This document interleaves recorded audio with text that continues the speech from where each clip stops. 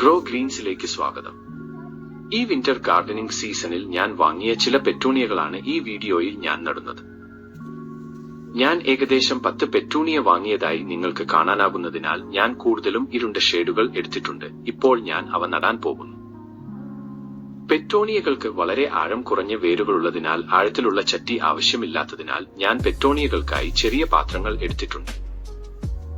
അതിനാൽ നിങ്ങൾക്ക് കാണാനാകുന്നതുപോലെ ഞാൻ അവയെ ഈ ചെറിയ പാത്രങ്ങളിൽ സ്ഥാപിക്കും. കൂടാതെ സാധാരണ പൂന്തോട്ട മണ്ണും മണ്ണിര കമ്പോസ്റ്റും മാത്രമുള്ള ഒരു മണ്ണ് മിശ്രിതം ഞാൻ തയ്യാറാക്കിയിട്ടുണ്ട്.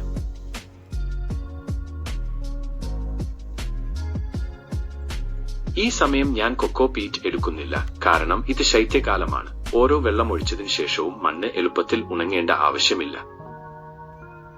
അതിനാൽ നമുക്ക് റീപോട്ടിംഗ് ആരംഭിക്കാം.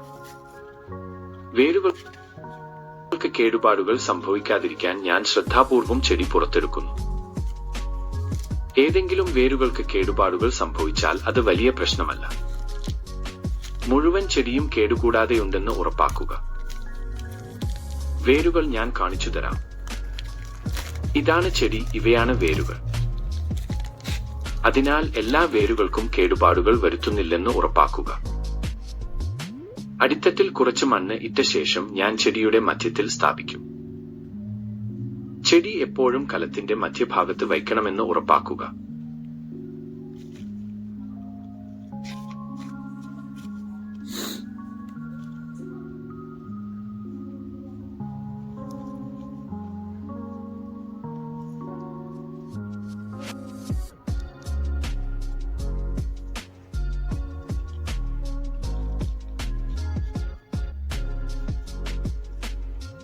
ചെടിയുടെ ശരിയായ രൂപം എടുക്കാൻ ഇത് വളരെ എളുപ്പമാക്കുന്നു. അത് എല്ലാ വശങ്ങളിൽ നിന്നും തുല്യമായി വളരുന്നു.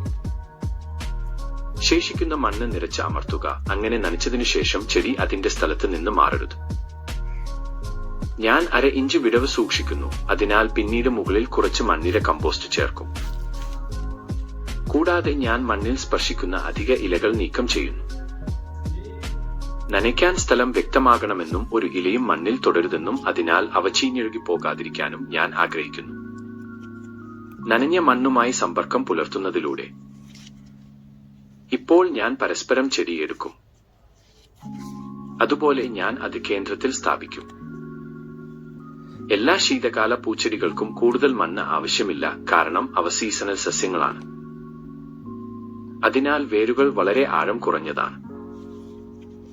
ഞാൻ ഇത് പ്ലാസ്റ്റിക് കവറിൽ നിന്ന് നീക്കം ചെയ്യുകയാണ്. ഞാൻ അവയെല്ലാം നനച്ചിട്ടില്ല, അതിനാൽ മണ്ണ് വരണ്ടതാണ്.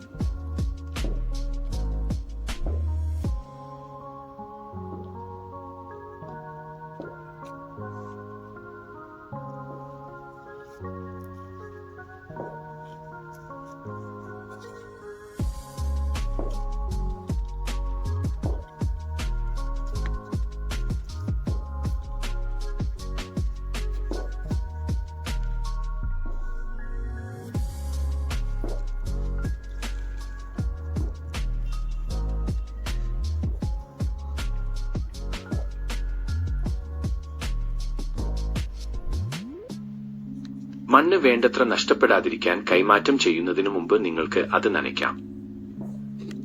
ഞാനും അത് മധ്യഭാഗത്ത് ഇടുന്നു. ഇപ്പോൾ എല്ലാ സൈറ്റുകളും മണ്ണ് കൊണ്ട് നിറയ്ക്കുന്നു. നനച്ചതിനു ശേഷം ചെടി ചലിക്കാതിരിക്കാൻ മണ്ണ് അമർത്തുക. മുകളിലെ മണ്ണിനും കണ്ടെയ്നറിന്റെ അതിരുകൾക്കുമിടയിൽ 1/2 ഇഞ്ച് മുതൽ 1 ഇഞ്ച് വരെ മാത്രം വിടവ് നിലനിർത്തുക. അങ്ങനെ നനവ് ശരിയായി നടക്കുന്നു.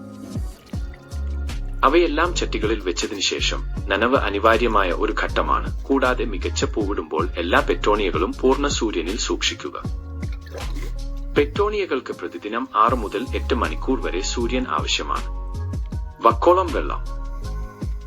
ഇവ ഗസാനിയിലെ ചിലതാണ്. സന്തോഷകരമായ നടിയിൽ ഇവിടെ തന്നെ നിൽക്കുക.